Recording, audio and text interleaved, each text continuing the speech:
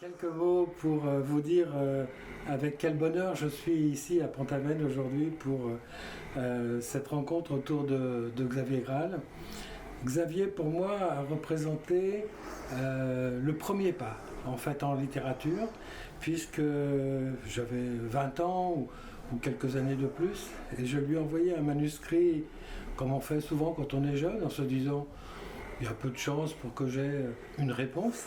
Et puis, en fait, il m'a envoyé un petit mot me disant « Venez me voir ».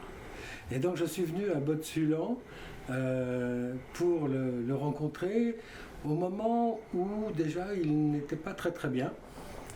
Et il m'a dit bah, « Écoutez, votre texte m'a beaucoup touché et je vais le recommander pour une publication aux éditions Kellen ».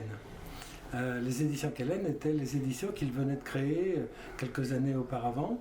Et donc pour moi, ça a été évidemment quelque chose de très d'immense.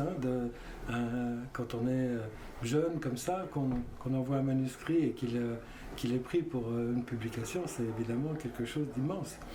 Et donc j'avais, je crois, une dette avec Xavier Graal depuis cette époque.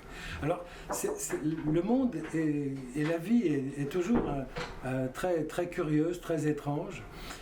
En fait, dans ce livre, il y a en phrase d'annonce de ce livre, il y a une citation d'Aléro Carpentier. Or, il se trouve que je viens de terminer 2 volumes, 2 romans sur Aléro Carpentier qui s'intitule Coabana et Orinoco et qui s'intitule Le rêve d'Aléro Carpentier, publié aux éditions Apogée.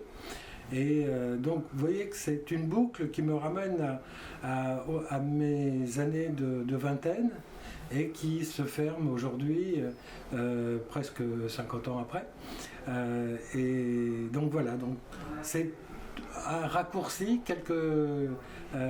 une histoire humaine comme on les aime, avec un Xavier qui m'a profondément marqué quand je l'ai rencontré, qui avait cet aspect à la fois chaleureux, ouvert, même quand il était évidemment en souffrance. Et il a marqué effectivement une génération complète avec Stivell, avec Glenmore, avec beaucoup d'autres qui ont été, je crois, un renouveau profond de l'intériorité de la Bretagne et son ouverture au monde.